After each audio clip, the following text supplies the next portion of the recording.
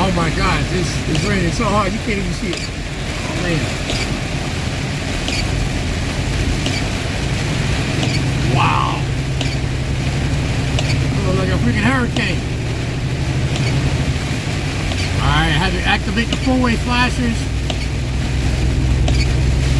Now right now from what you can see off the camera, it looks a little clear. But from where I'm looking at, you can barely see up front. You can't even see nothing. It's so bad. Oh my God. I got my four-way flashers activated, so that way nobody will run into me. But this is what I'm saying. Alright, it's time to ease up a little bit now. Wow, that was crazy.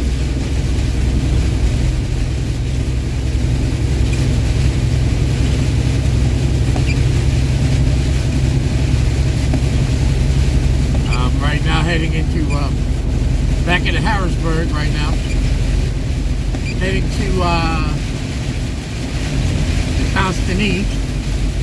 I was supposed to be there by 6 o'clock in the morning. Well, I ain't supposed to be there. I generally arrive there between 5 and 6, but for some apparent reason this morning there was no available trailers to load, and then when they did find one, it was at the other end of the warehouse that they had to unload, bring the trailer down to the original location where the load was staged at in the warehouse, and it took them at least about an hour, close to an hour to load it. So I didn't leave out of there until like 20 after 5 this morning. So I'm not that far away now. I mean, I've been driving for a while, for a couple of hours, and I'm only 23 miles from the location, from the Constantine. So, alright, rain is picking up again. Wow, here's my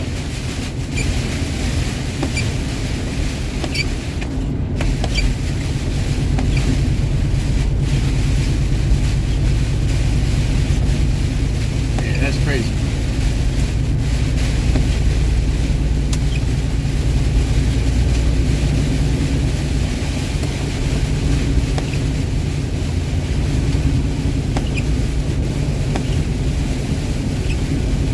Yeah, I'm not that far now, but I just wanted to have the camera on so y'all can actually see this. They're like, oh yeah, you truck driver, that's all y'all do is just drive truck. Man, look, there's more than just driving. You know what I mean? You got to be extremely careful, man.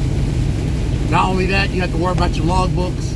You have to worry about DOT stopping you for inspection, for which they're not gonna bother you now in the rain. But there's always a possibility of accidents. You know what I mean? That you have to attend to. You have to worry about. All right, so now it kind of died down a little bit. But man, that was coming down like crazy. Sorry about the shaky camera. I had to just try to adjust it a little bit.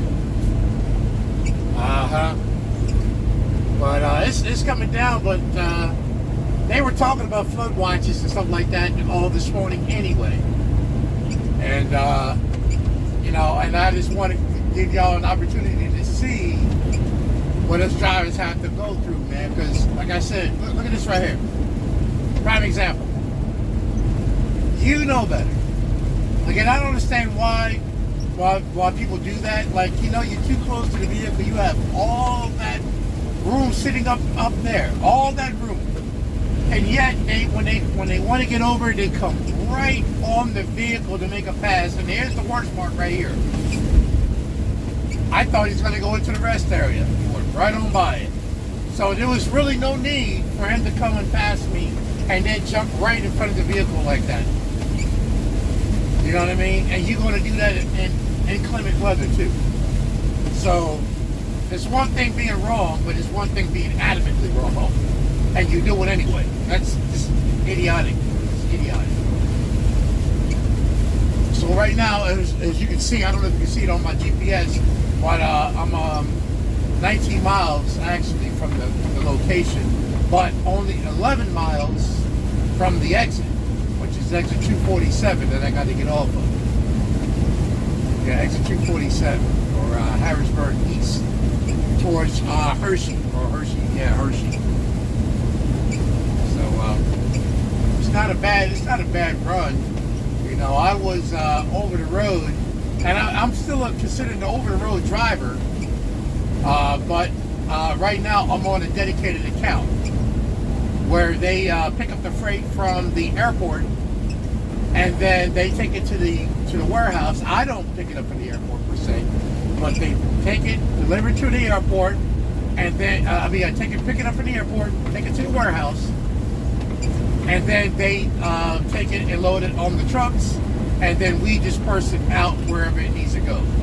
And it so happens that my run goes to Harrisburg Monday through Friday, and then Saturday I run out to Baltimore, because these are all considered hot freight, and believe it or not, these are all this freight that I normally haul. It's from overseas. Okay, it's from overseas, so it can come from Germany, it can come from China, Russia, wherever people buy all kind of material, or even motorcycles, motors, airplane tires, engines, things you wouldn't believe we haul. So we get it up here every day, because there are people looking for it, waiting for their freight. So we make sure that we get it up here. It doesn't matter what the weather is, whether if it's rain, sleet, or snow, we got to go. Now, the only time that we may not move, if it's like somewhat like a blizzard, and even then we even ride then. But sometimes they'll call a state of an emergency, and then my company will call me and say, hey, you're gonna have to shut down, Rod, because they got a state of emergency where you are located. Find a rest area or a truck stop. I know we find a truck stop, and you have to shut down until the state of emergency is lifted. And it can take a day, it can take 2 days. It all depends on how bad it is. And I've ran into a state of emergency where they had a hurricane out towards South Carolina area, Georgia area. North, South, Georgia, Florida. They were running them corridors. It was a state of emergency. And I was in South Carolina, if I'm not mistaken, South Carolina area. And they called a state of emergency. My company called me and told me to shut down ASAP. And I had to shut down. I had to find a spot to shut down. I shut down at a rest area for at least about a day and a half. So I had my own food. I had my own stove, pot, and stuff like that. And I was cooking, eating, and stuff like that. And hoping that the emergency lifted so I could get back on the road. But that was then. So now I'm on a dedicated run, and I've been doing this run for at least about a good year. That's why you don't really see me showing you really any other areas, because I'm not doing that now. If this contract cancels, then either two things may happen. Either they'll find me a different contract where I may be doing Ashley's furniture deliveries, where I won't be touching the freight, but I'll be picking up the trailers full of furnitures and taking it out towards not Vermont, but it'll be almost towards the Connecticut. I guess, well, not even Connecticut. You got Connecticut, New York, and then you got towards Mass. And then you drop it off at this unknown location yard. They don't want to disclose the location. You drop it there, you pick up an empty trailer, and then you come on back with it. Or they just may send me back over the road, which I like doing somewhat, because I get the chance to run out towards California. And I would love to show y'all the area over there because Arizona, Colorado, it's beautiful. It's beautiful over there. It's really, really beautiful over there. So I would like to show y'all that. But nevertheless, yeah, I've driven trucks for years. I started out in April of 1994. I just gave away my age, I think. But yeah, I started out in '94, had my CDLs, and man, it was hard because they didn't have it where you can look on the phone and pick up general knowledge from off the Play Store. Like, you know, you go to your phone, go to Google Play Store, and then put in general knowledge or air braking system. And, you know, for today, it pops right up. If you wanted to do a hazmat, just go to your Google Play Store, put up hazmat testing, commercial testing, hazmat, and it'll come right up. I didn't have that back then in '94. In '94, we had to go to the library and then look on the computer and pull up general knowledge, and then we had to take copies, and for every copy, no lie, it was like 10 cents. It's probably 10 cents now, but it was like 10 cents per copy. And that's a lot. And I had a thick size book of the general knowledge, air braking, and hazmat. And the whole entire time while I was working at a fuel stop, because I was a fuel runner, I had to study my test while I was working, you know, a side-end job. And then no sooner that I got my CDL license, I went to go try to find a job, and this guy, man, he's like, look, I don't know who you think you are, but I don't care if you got your CDL license. You are not driving my truck. You're not driving my truck. What you're going to do is you're going to go, leave here, get 2 years experience, and then come back. Get the 2 years experience, and then you can come back. But until then, don't come bother me about you driving my truck. You're too much of a high risk. That's what he told me. You're too much of a high risk, and I'm not putting you in my truck so you can damage my trucks because you're inexperienced. So, you know, and that hurt me. It kind of hurt me because I was like saying to myself, well, you know, I thought that once, you know, you get your CDL license, you know, anybody would be able to pick you up. And that wasn't true back then. So I had to find a raggedy old job that wasn't paying nothing, but worked the bones off you. I mean, worked the crap out of you. And I had to load my own truck at night. I had to use a forklift to load my trucks. And then after I got done, go into the break room, took a nap for about a few hours or whatever, and then deliver it. And I used to do that almost for about a year to 2 years with this company. Well, not with this company, but the company years ago. And then I left them about in '96. I left them, and it was bad for me, man. And then now, when you look at trucking companies today, they take people fresh out of school, no experience whatsoever. And you know, and does that bother me? No, I mean, it doesn't bother me because they are the new generation. Companies, excuse me, are getting paid to take fresh drivers fresh out of school because they feel that they are like a sponge. Anything that you teach them from that point on, they will use for the rest of their life. So that's why they take them. Back then, we didn't have all that. Either you learn what you need to learn, don't get into accidents, learn your map, get to your destination on time, and then go to your pickup. That was it. It wasn't all that, you know, that fine wine where they give you brand new trucks, brand new trailers, and all that stuff like that. Me, I had to get into a truck that had one seat, two stick shifts, and it had no air conditioning in it.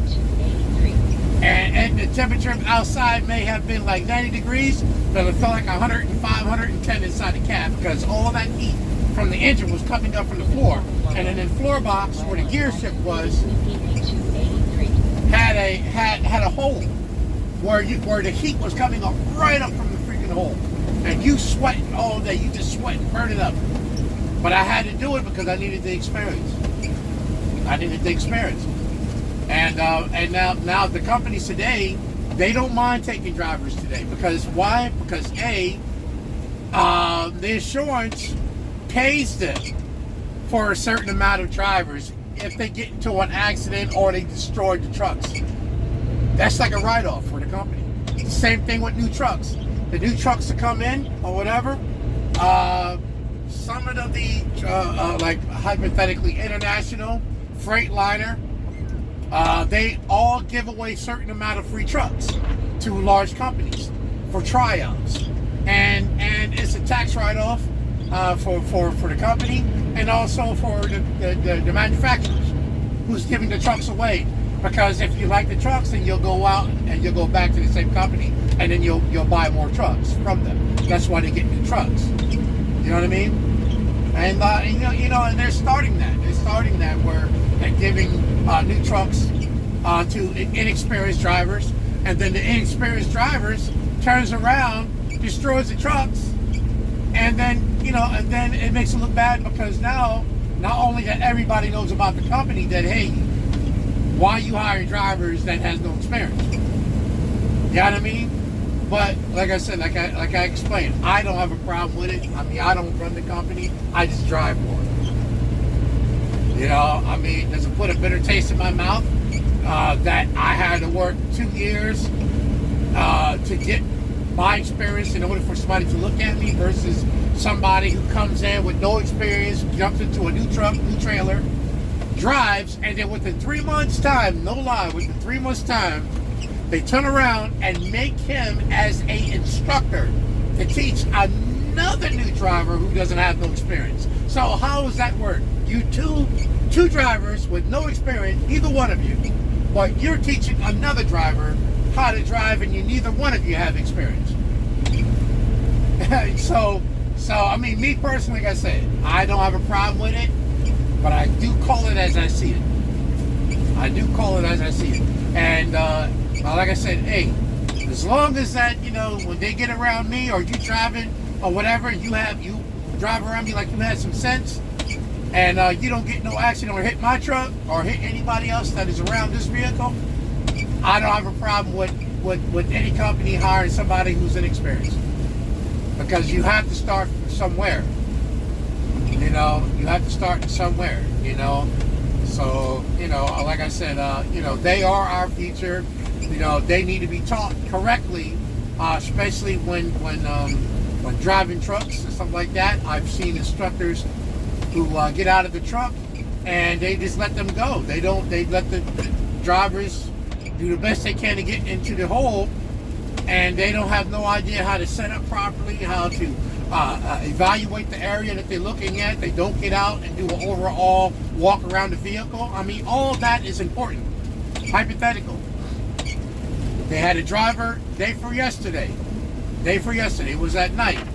And the driver turned around, hooked up to a trailer, pulled out, but because he didn't do a tug test on his vehicle, as he turned the corner, the trailer almost got away from him, and he just saw it in his mirror and blew out the tire, the right side rear tire, and the trailer was about to tip over to his left side, and he just caught it. He hit the supply valves on the tractor to stop the trailer from flipping.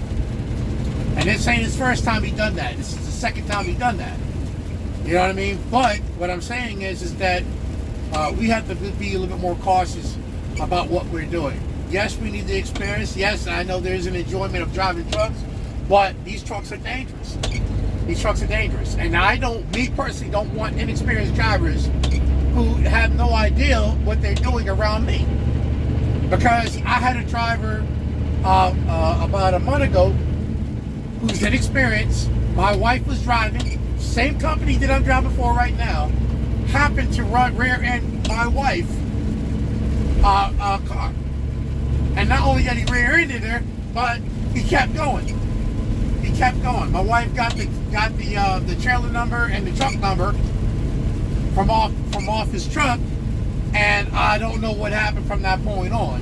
Whether if he's working or not. But the point is is that he did a hit and run because he was inexperienced. He was in a rush. You know that a driver that is experienced ain't going to be riding on somebody's back of their bumper. No experienced driver is going to do that. So you know he was inexperienced. And then number two, because he knew he was wrong, and he did come in contact with a vehicle, not knowing it was another driver, a driver who works for the same company, but he fled the scene. And it's so sad that you have to be around people like that. So you have to say to yourself, what is this world is coming to? I called up a company, and I'm not going to give no names because I don't want to, say anything bad, because you may have people who may be interested in working for the company. But I called the company up at one time because it was a long story about this place that I was working for, which was a U.S. Postal Service. But we were outside contractors working for this company, and I'm going to tell you about that some other time. But right now, I just want to give you a quick info. Called up a company, asked them, can I work for them? They asked me how much experience do I have. Now, me personally, I have close to 3 million miles. Now you look on the truck, and I've done several videos where you see it says 1 million miles. But don't forget, now I've been driving since '94, and I used to drive over 4,000 miles a week. Well, not over 4,000 miles, but 4,000 miles a week. Is it illegal? Absolutely illegal. How did you do it? Everybody knows that you have to have 2 books, and I don't like to put that out there like that, but that's the way it was back then. You was able to run 2 books, or you were able to run loose leaf. Okay, and some drivers right now get mad because I said that, but if you ask them that, they'll tell you the same thing. They'll run loose leaf. And but we used to run, and we used to run from sun up to sundown, nonstop. And if we did get any sleep, it'll be like maybe 2 to 3 hours of rest, and we're right back up and we're running all day. And we only show you what we think you need to know, and that's it. And I used to run like that, man, for years. And then I finally went to a postal service, worked for them, and then left them, and then came to this company. So yeah, I got over 3 million. Well, about 3 million. About 3 million plus 3 million, 100,000, something like that. But the only problem is, for the companies that I work for, you can't validate them, because one guy that I used to work for, he died. He died of a disease. Him and his partner, and and we had to move on from that location. I was the owner operator at that time, and my wife used to drive, and and we used to drive from state to state, and it was fun.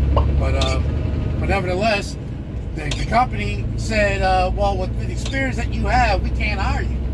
And I'm like, wait a minute, that don't sound right. I said, ain't you looking for experienced drivers? No, we need drivers that has no experience. And I'm pretty sure that if you ask any other driver, they'll know exactly what company it is. I'm not going to say what it is, but they'll know what it is. And I'm like, that's an insult to injury. How are you going to tell somebody that you're not going to hire them because they over-experienced? And what their experience that they have, you're not going to pay them because they're not going to stay for what you're offering versus what you're going to pay a new driver with no experience. For which it makes sense. But that's the first time I've ever heard of that, where somebody tell you you're overqualified. You're overqualified. We can't hire you because you're over-experienced. So I'm like, okay, well, thank you for telling me that. The only thing I can tell you that they're out of PA. That's all I want to leave. We'll leave it like that. We'll leave it there. They're out of PA. PA is a big state, so I ain't gonna say no more on that. But anyway,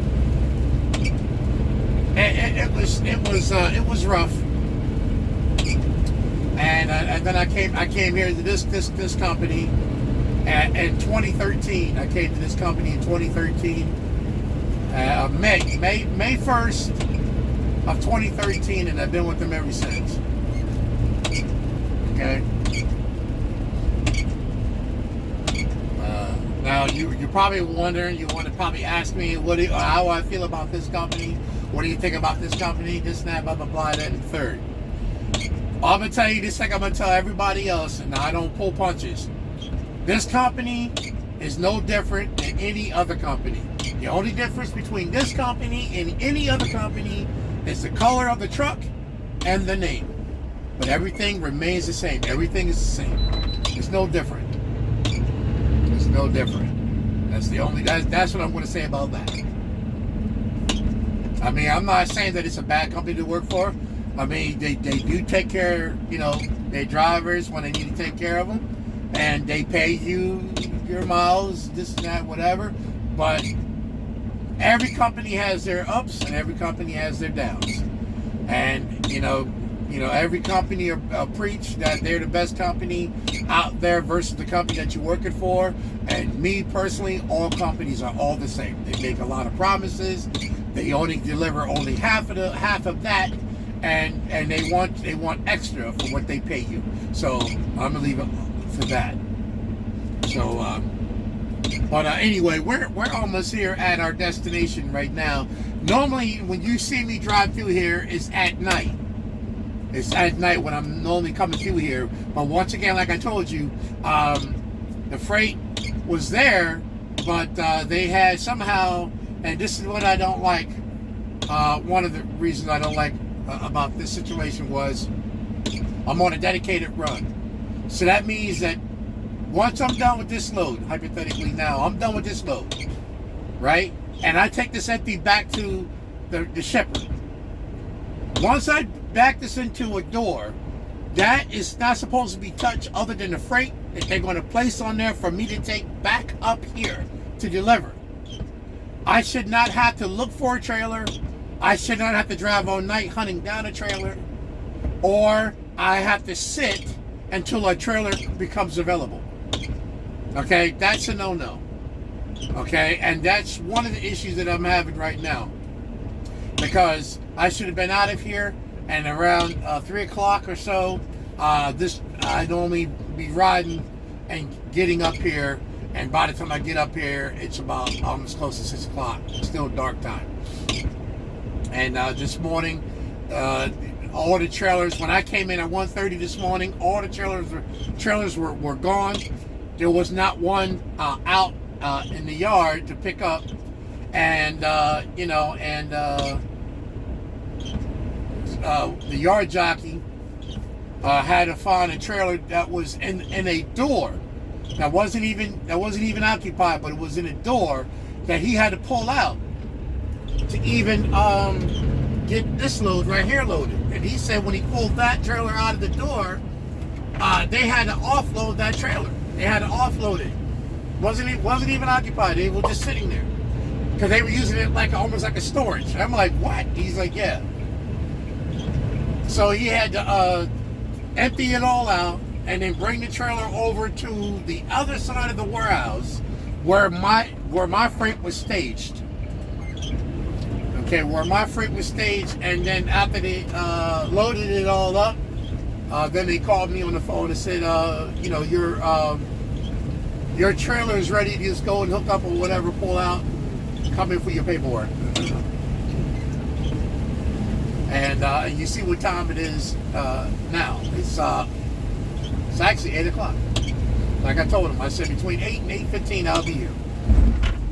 All right, checking this clearance right here, which is our trailer is 13.6. I said 13.8. You probably won't see it, but that's what it says. I just activated the four-way flashers, so that way if any approaching car coming up on me, you'll see that there's a hazard. All right, and then deactivate it once my rear end is clear from that tunnel.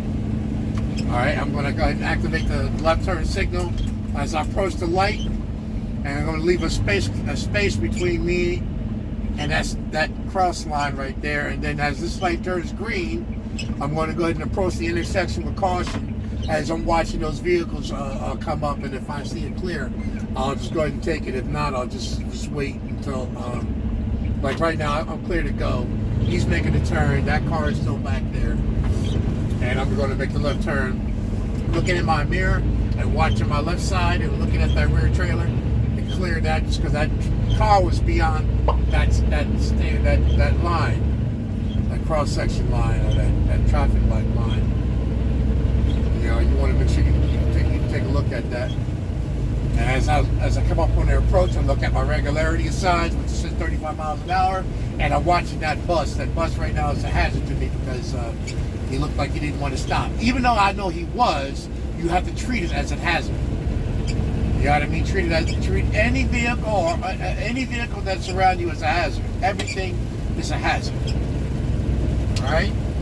Now, right now, I'm about to make my left turn signal activated right now, and I'm looking in my mirror because as I'm about to cross over into this median right here, for which I'm allowed to do so, you have to make sure that no other vehicles is trying to pass you on this left side median, because they do that. I've seen them do it. All right, and we're actually here at the location.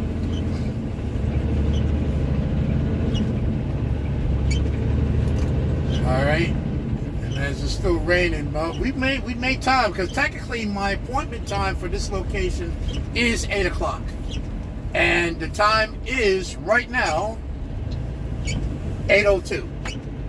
So I actually made it right on time. But I don't like getting here around this time because by the time he gets me offloaded, which is only probably about 30 minutes. This guy is really quick.